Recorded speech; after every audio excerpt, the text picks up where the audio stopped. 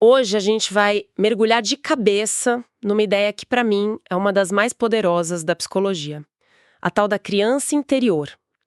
A nossa base para essa conversa é o livro Acolhendo Sua Criança Interior, da psicóloga alemã Stefanie Stahl.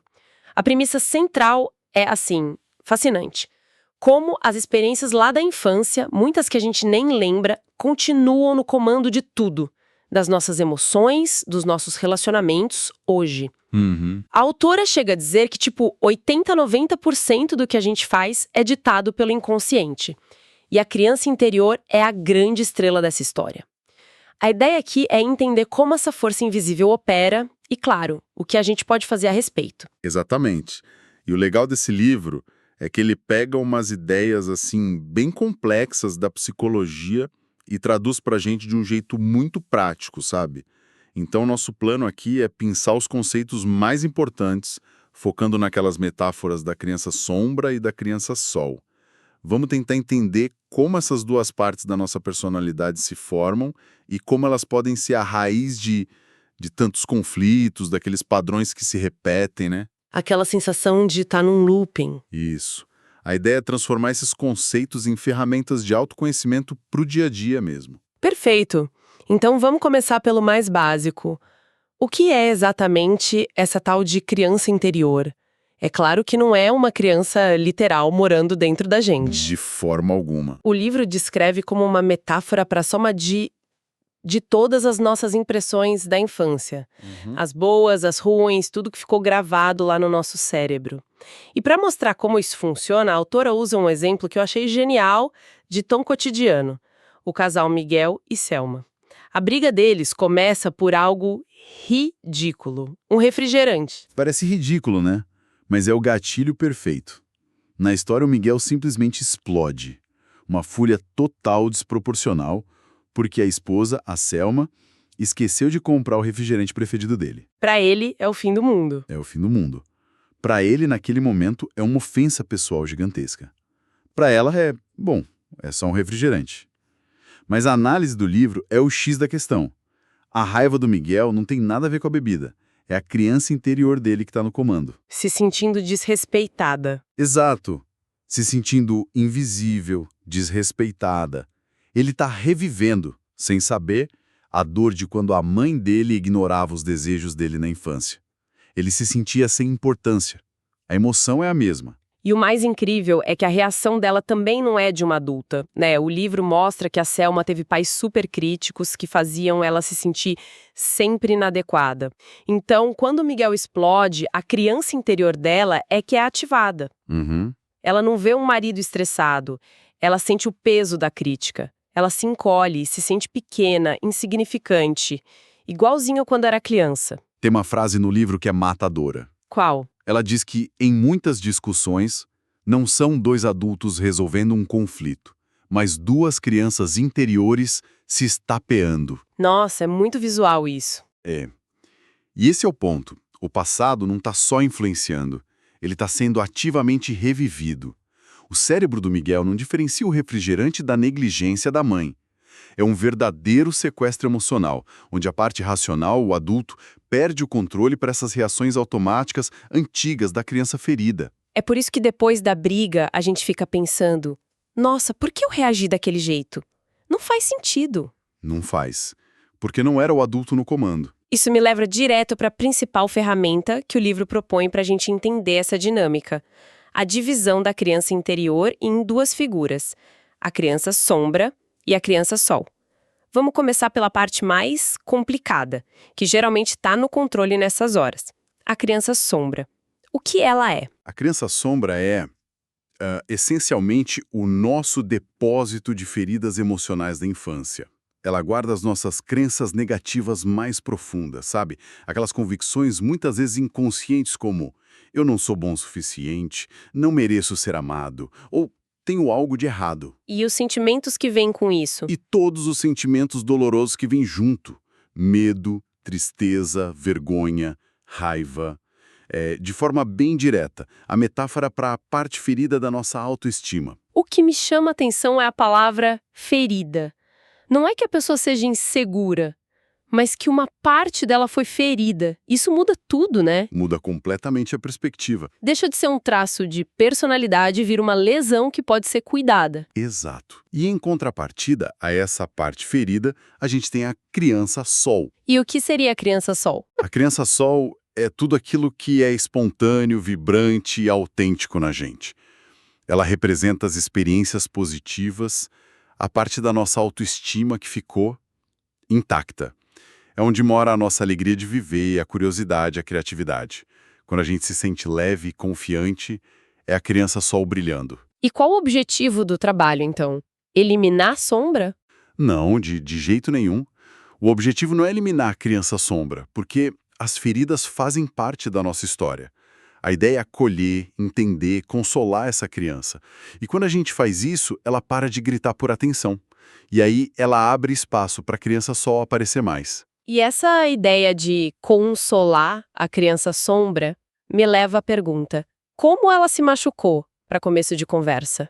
O livro conecta isso a umas necessidades emocionais básicas da infância.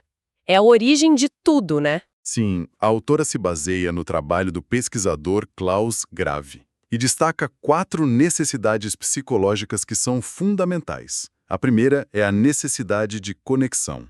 É a gente se sentir seguro, amado, pertencendo a uma família, a um grupo. É o alicerce. E se isso falha? Quando essa necessidade é frustrada, a criança pode desenvolver um medo profundo de abandono, uma carência enorme. E o paradoxo é que o adulto com essa ferida muitas vezes acaba sabotando as próprias relações que ele tanto quer, né? Por medo de ser abandonado, vira uma pessoa carente, ciumenta. Ao oposto, né?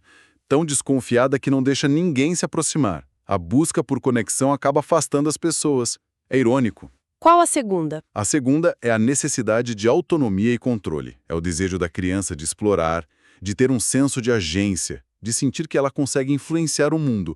É o eu faço sozinho. Ah, sim. Pais superprotetores ou controladores demais minam isso. E o resultado no adulto pode ser ou alguém com uma dificuldade enorme de tomar decisões, ou, no outro extremo, alguém obcecado por controle. Que precisa microgerenciar tudo. Tudo e todos. Para se sentir seguro. A terceira necessidade que o livro aponta é a de prazer e evitar o desprazer. Basicamente, a gente quer o que é bom e foge do que é ruim. Exato. E o livro explica que a forma como os pais lidam com isso é crucial. Ensinar a criança a tolerar frustrações, a adiar a recompensa. Se os pais são rígidos demais, a criança pode crescer achando que prazer é errado, sabe? Vira um adulto que não se permite relaxar. E se são permissivos demais? Gera um adulto com pouca autodisciplina, que desiste no primeiro obstáculo. E por último, a quarta necessidade. A quarta, que o livro chama de epicentro da nossa psique. A necessidade de autoestima e reconhecimento. É a necessidade de ser visto, de ser valorizado, de ser amado por quem se é. Não por o que você faz. Não por ser o melhor aluno ou o melhor no esporte. Simplesmente por existir. A falta disso é o que planta as sementes daquelas crenças da criança sombra. Ok, então o quadro é esse. Essas necessidades não são atendidas e isso cria criança sombra. E para não sentir essa dor, a gente desenvolve as estratégias de autoproteção.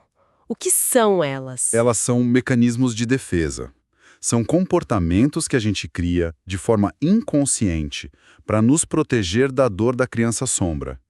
O grande paradoxo é que essas estratégias, que foram geniais para uma criança sobreviver, se tornam a causa dos nossos problemas na vida adulta. Como assim? É como um software de proteção que ficou obsoleto, mas continua rodando ali, por padrão, consumindo toda a memória do sistema. O livro dá exemplos muito claros disso. Vamos pegar o perfeccionismo. A descrição é poderosa. Não é sobre querer fazer um bom trabalho. É sobre um medo paralisante de falhar. Exatamente. O perfeccionista não está buscando excelência, está fugindo da vergonha. A energia dele não vai para a criação, mas para a prevenção de críticas. Isso é exaustivo. Muito. A pessoa passa horas revisando uma vírgula num e-mail, não porque importa, mas porque ela tem um medo inconsciente de que aquele errinho vai expor a incompetência dela para o mundo. Outra estratégia que o livro cita, muito comum, é a obsessão por harmonia. A pessoa que evita conflito a qualquer custo, que engole sapa para não desagradar. O famoso people pleaser. Isso. E a lógica por trás é proteger a criança sombra da dor da rejeição. Se a crença é eu preciso agradar para ser amado, qualquer conflito vira uma ameaça de morte, praticamente. O problema é que para manter a harmonia do lado de fora, a pessoa cria uma guerra interna. Ela reprime os próprios desejos, as próprias necessidades, se abandona para não ser abandonada. E tem também a fuga e a evitação, né? Essa no mundo de hoje, com tanta distração... Onipresente. É o refúgio no trabalho excessivo, nos games, nas redes sociais, qualquer coisa para não sentir. A gente acha que está relaxando, mas na verdade está fugindo de um sentimento desconfortável. É uma anestesia. Uma anestesia barata. Só que a conta chega porque o sentimento não vai embora. Ele só fica ali esperando. A pessoa fica ocupada para não ter que ouvir o que a criança sombra está dizendo. O silêncio fica apavorante. E por fim, o livro aborda um exemplo mais extremo, mas bem relevante: o narcisismo. A forma como ele é descrito é bem diferente, não como amor próprio, mas como uma hipercompensação. Exato. É estratégia de autoproteção levada ao extremo. O narcisista constrói uma persona grandiosa, um eu ideal, inflado, perfeito. Uma armadura. Uma armadura pesada para esconder uma criança sombra que se sente o oposto, inútil, pequena, sem valor. Toda aquela arrogância é, no fundo, um grito desesperado por validação para calar essa dor insuportável. E tem um ponto crucial que conecta tudo isso. A criança sombra não tem noção do tempo. Esse é o pulo do gato. Ela está congelada no tempo.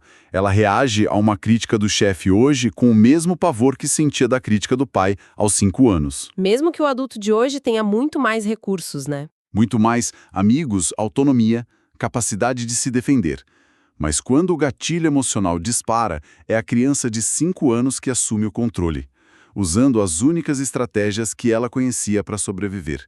É o caminho neural mais rápido do cérebro. Então, para a gente amarrar tudo que o livro propõe, as experiências da infância formam a nossa criança sombra, com suas feridas, e a nossa criança sol, com sua vitalidade.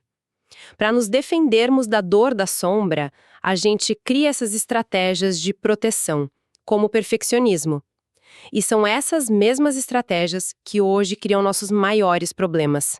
É um ciclo. Perfeita síntese. E isso nos leva a um pensamento final que permeia todo o livro. A ideia de que é você quem constrói a sua realidade. Pode soar meio clichê. Pode soar, mas aqui tem uma profundidade psicológica. Nossa percepção do mundo não é objetiva. Ela é filtrada o tempo todo pelas lentes, pelas crenças da nossa criança sombra. O Miguel não estava reagindo ao refrigerante. Ele reagia à crença eu não sou importante. A Selma não reagia à raiva, reagia à crença eu sou inadequada. E a gente vive nesse piloto automático? Exato. O que nos deixa com uma questão para refletir que vai além do que a gente conversou hoje. Se a nossa realidade diária é tão moldada por essas crenças antigas, que pequena mudança de perspectiva em relação a uma única dessas crenças poderia começar a alterar a maneira como a gente vivencia o nosso mundo a partir de amanhã?